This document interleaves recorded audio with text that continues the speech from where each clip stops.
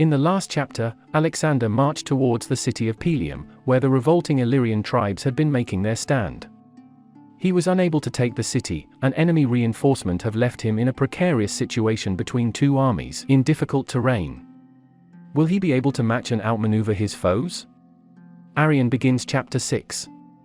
Then Alexander drew up his army in such a way that the depth of the phalanx was 120 men. And stationing 200 cavalry on each wing, he ordered them to preserve silence, in order to receive the word of command quickly.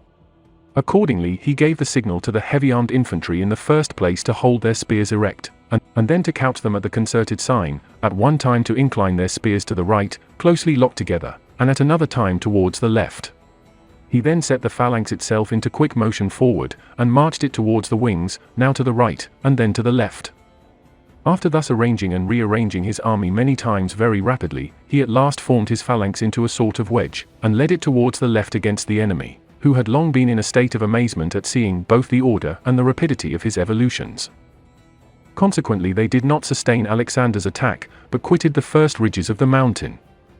Upon this, Alexander ordered the Macedonians to raise the battle cry and make a clatter with their spears upon their shields, and the Taulantians, being still more alarmed at the noise, led their army back to the city with all speed. It's difficult to explain Alexander's decision and the effect it had on the Illyrians. Alexander probably figured from the earlier flight of his enemies that his name was known in these parts, and it had probably been for a number of years. So he used his superior army to intimidate his opponents, performing military drills to stun the Illyrians and move himself in a better position. This gutsy move worked, and the Illyrians, dismayed from the discipline and unknown intentions of the Macedonians, abandoned their advantageous positions and returned to the city. The previous experience of dealing with the Illyrian army, as well as spending time at their courts, must have revealed indiscipline in their army, which was no match for the Macedonian one. Arrian continues. Alexander saw only a few of the enemy still occupying a ridge, along which lay his route.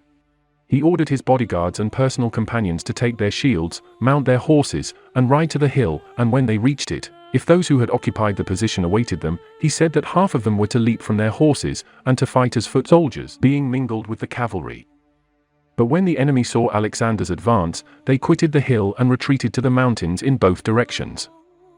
Then Alexander, with his companions, seized the hill, and sent for the Arrianians and archers, who numbered 2,000. He also ordered the shield-bearing guards to cross the river, and after them the regiments of Macedonian infantry, with instructions that, as soon as they had succeeded in crossing, they should draw out in rank towards the left, so that the phalanx of men crossing might appear compact at once. He himself, in the vanguard, was all the time observing from the ridge the enemy's advance.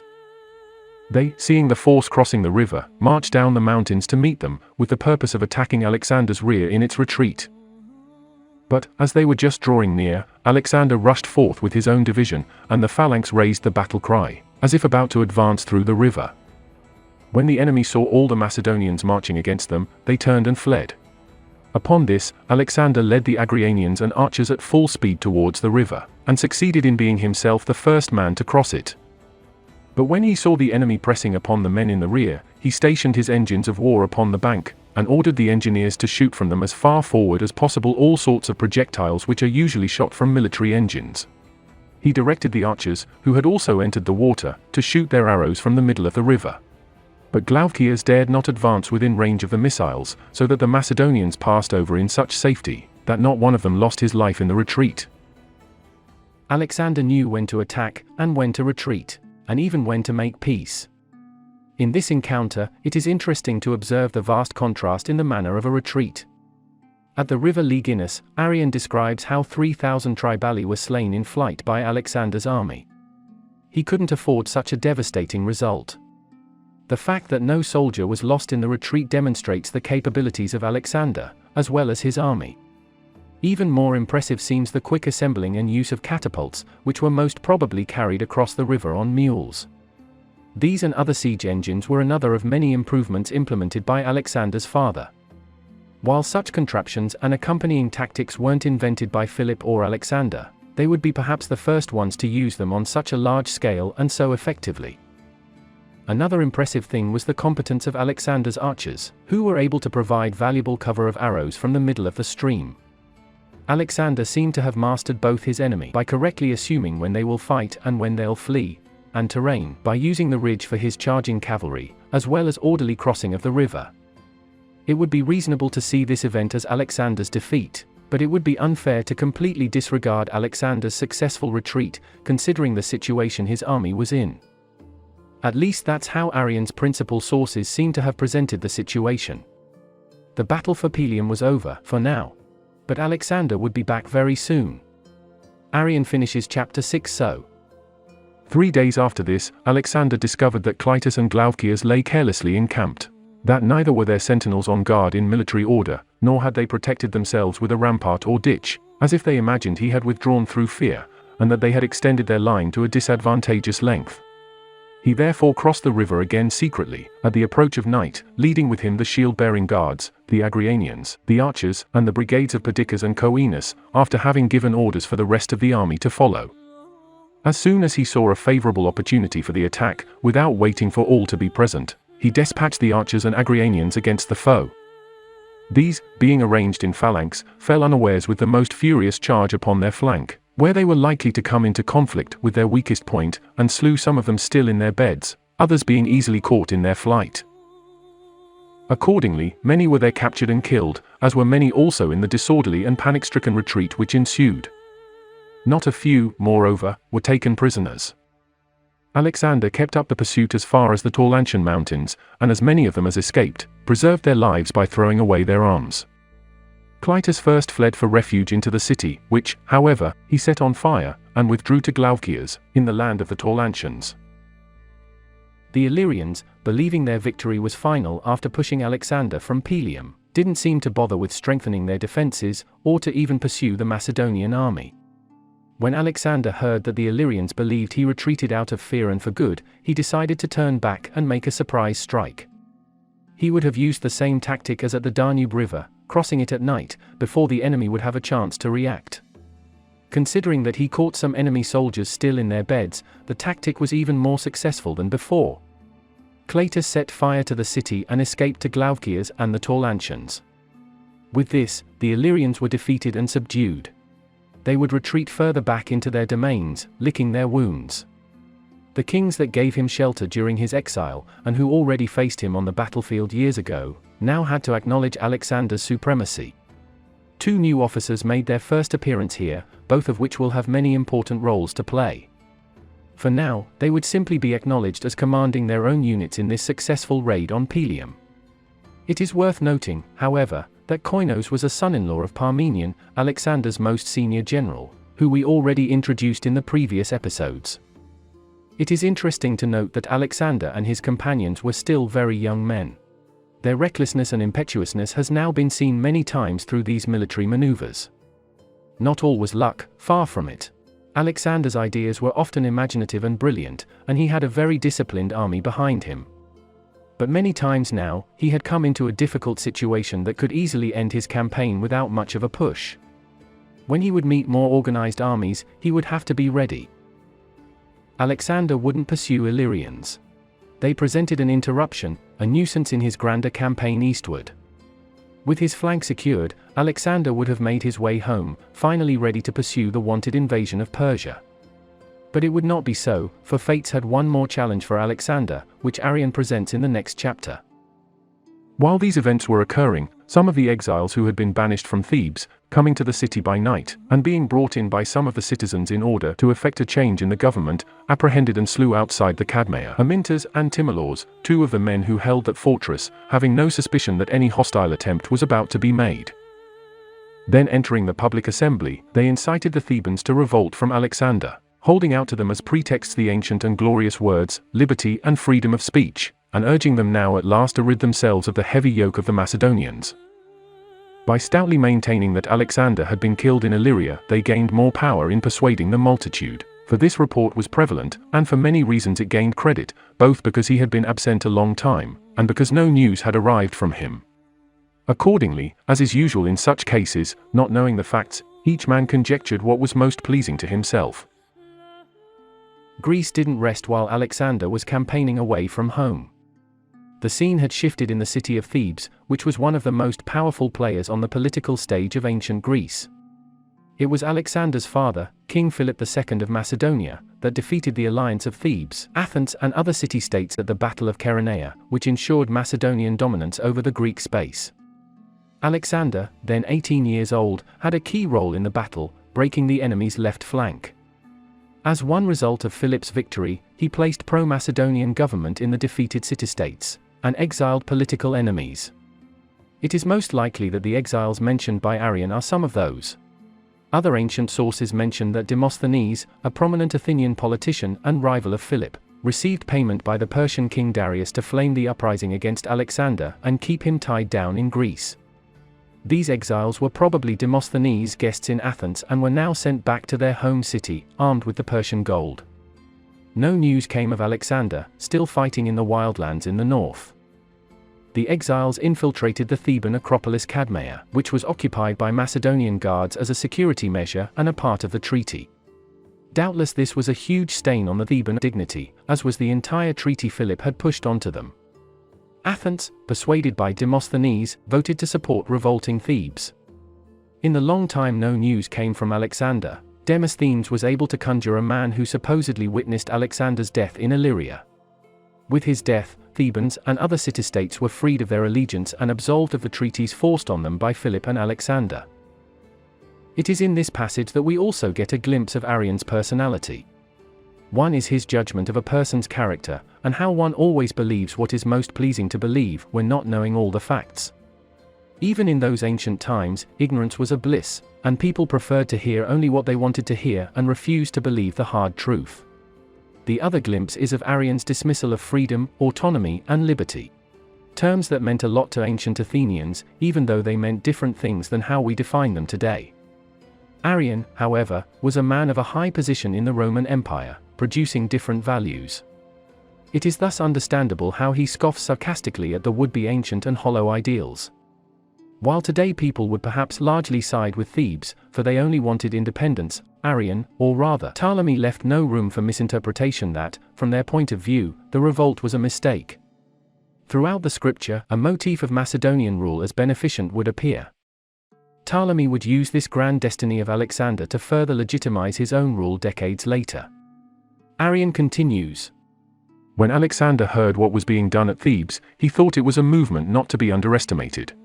For he had long been wary of the city of Athens and deemed the audacious action of the Thebans no trivial matter, especially if the Lacedaemonians, who had long been disaffected in their feelings to him, along with Aetolians and certain other states in the Peloponnese, who were not firm in their allegiance to him, should take part with the Thebans in their revolutionary effort. He therefore led his army through Eordia and Elymiotis and along the peaks of Stymphia and Paravia, and on the 7th day arrived at Pellina in Thessaly. Starting thence, he entered Boeotia on the 6th day, so that the Thebans did not learn that he had passed south of Thermopylae, until he was at Onchestus with the whole of his army. Even then the authors of the revolt asserted that Antipater's army had arrived out of Macedonia, stoutly affirming that Alexander himself was dead, and being very angry with those who announced that it was Alexander himself who was advancing, for they said it must be another Alexander, the son of Aeropus, who was coming. Spying and intelligence gathering has intrigued every man, especially a leader, since the dawn of time. To know your opponent's move is to have a crucial advantage. Throughout his campaigns, Alexander would obtain better and more current information about relevant events than his adversaries. While this is an era far before any modern spycraft and intelligence gathering, Alexander's scouts had performed well before, like at Pelium when they brought him news of lacking defenses and careless garrison. But intelligence is only so good if you act on it. Now, Alexander gained accurate information about Greece, while the Greeks were delusioned with his death.